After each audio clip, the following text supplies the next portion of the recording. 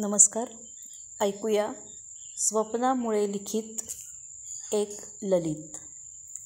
ते दिवस स्त्रीच्या आयुष्यात परत न येणारे. जशी ती घरात आली तसं ते पिटुकलं कोंडूळ झोपू घातलं आणि लगेचच आपण नसल्यामुळे 2 महिन्यात घराची अवस्था पाहून झाडूच हातात घेतला. भरभर आवरायला लागली.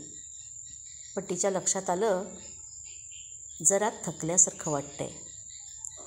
आणि तेवढ्यात चिमणा जीव पण रडून हाक मारतच होता. त्याला मांडीवर पाजायला घेतलं. आता मात्र तिच्या डोळ्याला धाराच लागल्या. तिला आईची वाक्य आठवू लागली. अगं आत्ताच आराम करून घे गं.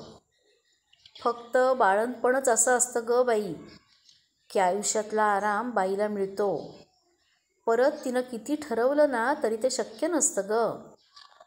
मस्त मी देते ते गरम खाऊन पिऊन झोपा काढ. अगं बाईचा हा पुनर्जन्म आहे. खूप झीज होते गं. तुम्हाला वाटतं काही होत नाही, पण आता जर आराम केला नाही ना तर लवकर थकतं शरीर आणि मग काढतं दुखणं. कुठे पाठ पाय कंबर दुखतच राहते. सोपं नसतं गं आई होणं.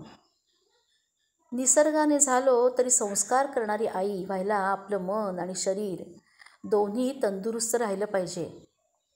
म्हणून हा आराम आहे गं 2 महिन्याचा. आईला किती कष्ट झाले तरी तिने केलंच सगळं आपलं. गार पाण्यात सुद्धा हात घालू दिला नाही. तिला सगळं आठवलं आणि ती गहिवरली. त्याचं लक्ष होतंच तिच्याकडे. त्याने तिचा हात हातात घेतला. म्हणाला, अगं आम्ही पण घेणार आहोत काळजी तुझी. आई येते उद्या सकाळपर्यंत. ती पण म्हणाली आहे सूनबाईला अजून थोडा आराम करायला हवा. काय मज्जा असते का तुम्हा बायकांची. मस्त आराम. ती हसली. जरा आठवा ना ही गोड बातमी कळल्यापासून सुरू झालेले त्रास. 4 महिने तर पाणी देखील पचलं नाही मला. मग तो सगळा भार घेऊन केलेलं सगळं काम. सोबत थाटही होताच म्हणा, पण खरी परीक्षा निकालाची रे बाबा. मरण बरं असं वाटणाऱ्या त्या वेदना. काही क्षण तर वाटलं संपलं सगळं.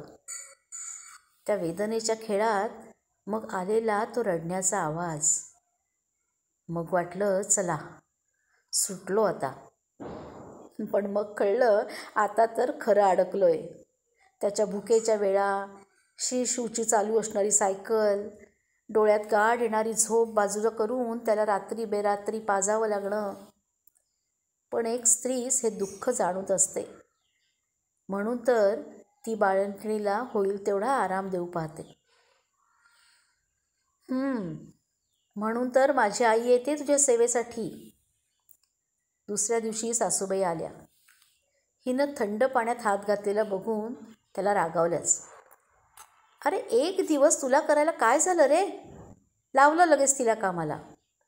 तो म्हणाला, आई अगं बिघडलं काय त्यात केलं तर. आई म्हणाली, अरे पुनर्जन्म आहे हा तिचा. जोडीदारांनी समजून घ्यायला हवं. नेहमी हसरी खेळती बायको पाहिजे तर ह्या दिवसात तिची काळजी घ्या. आणि आजकाल काय तुम्ही 1 किंवा 2 मुलं होऊ देणार. मग तेवढं तिच्या आयुष्यातले 3 महिने तिला आरामाचे दिलेच पाहिजेत नाही का. चल घे तिच्या हातातल्या कब्बशा. आणि इकडे आता आपली जबाबदारी आहे तिला महिनाभर आराम देण्याची. सुनबाई ऐकतेस ना. माहेरी जशी राहिलीस तशी बिनधास्त राहा. आयुष्यात हे दिवस परत येत नाहीत. करून घे आराम. झोपलेलं बाळसुद्धा तिला हसताना दिसलं. आई आता आपल्याजवळच बसेल ह्याचा आनंद झाला असेल ना बाळाला. मनात आलेल्या विचारानं तिलाही खूप हसू आलं.